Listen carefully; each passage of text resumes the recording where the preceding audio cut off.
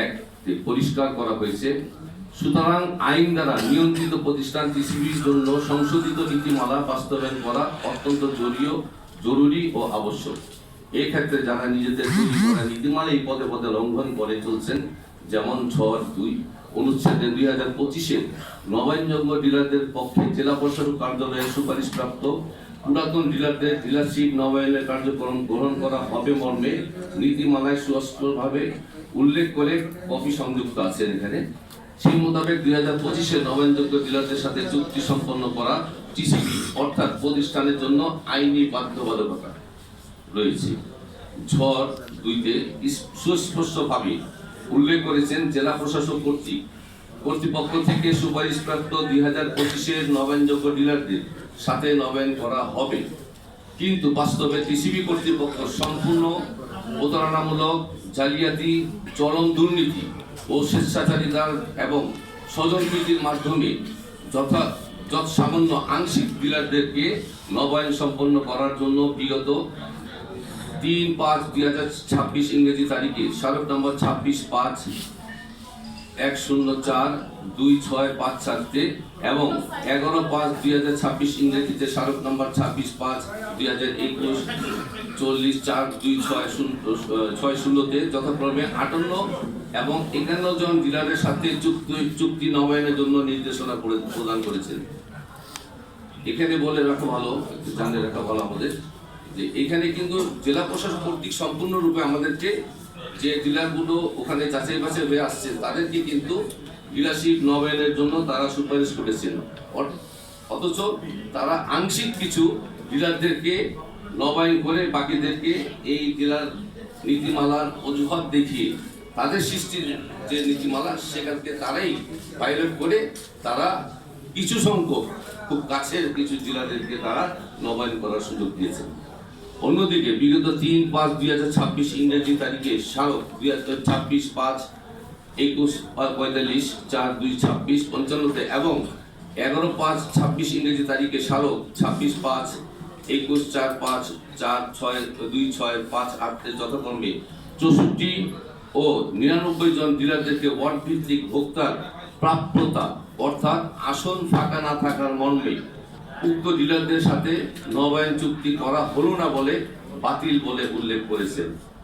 কিন্তু টিসিবি কর্তৃপক্ষ 2025-এর নীতিমালা অনুযায়ী ওয়ার্ড ভিত্তিক ফাঁকা আসন ও ভোক্তার প্রাপ্যতা অনুযায়ী নবায়ন চুক্তি সম্পন্ন করা ও নবায়ন চুক্তি সম্পন্ন না করার বিষয়ে যে কারণ উল্লেখ করেছেন তা স্ববিরোধী, আইন বহির্ভূত ও চরম স্বেচ্ছাচারিতা।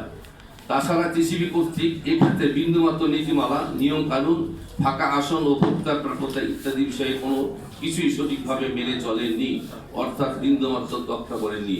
যে ডিলারদেরকে তাদের ভালো লেগেছে অর্থাৎ যাদের সাথে পারপাস স্বার্থ হয়েছে তাকে নবায়ন চুক্তি করতে বলা হয়েছে। অন্যদিকে যাকে দিয়ে পারপাস হয়নি বা স্বার্থ হাসিল হয়নি, মানে অনৈতিক চাহিদা পূরণ করতে ব্যর্থ হয়েছেন, সে সকল ডিলারদেরকে তারা বাদ দিয়েছেন।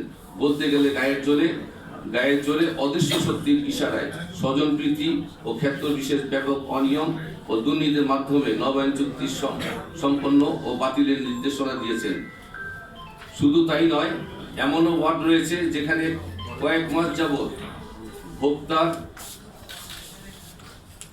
কোনোরকম প্রাপ্যতা নাই, অর্থাৎ ঢাকা আঞ্চলিক কার্যালয় থেকে উক্ত ওয়ার্ডের নবায়নকৃত ডিলারকে কোনো ধরনের পণ্য বরাদ্দ দেওয়া হয় না। অনুরূপ ভোক্তারাও কোনো ধরনের টিসিবির পণ্য গ্রহণ করেন না। এই রকম প্রাপ্যতা শূন্য ওয়ার্ডেরও একাধিক ডিলারকে নবায়ন চুক্তি সম্পন্ন করতে বলা হয়েছে। পাশাপাশি ভোক্তার যথেষ্ট প্রাপ্যতা থাকা সত্ত্বেও এবং আসন থাকা সত্ত্বেও নবায়নযোগ্য ডিলারকে নবায়ন চুক্তি করতে নিষেধ করা হয়েছে, যা টিসিবি কর্তৃপক্ষের চরম উদাসীনতা ও অদক্ষতার শামিল।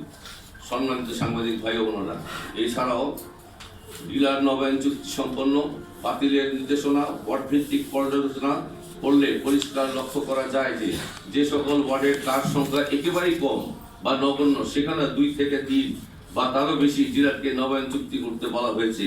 পক্ষান্তরে এমনও অনেক ওয়ার্ড রয়েছে যেখানে মোটামুটি কার্ড অর্থাৎ ভোক্তার প্রাপ্যতা থাকা সত্ত্বেও কোনো ডিলারকে রাখা হয়নি।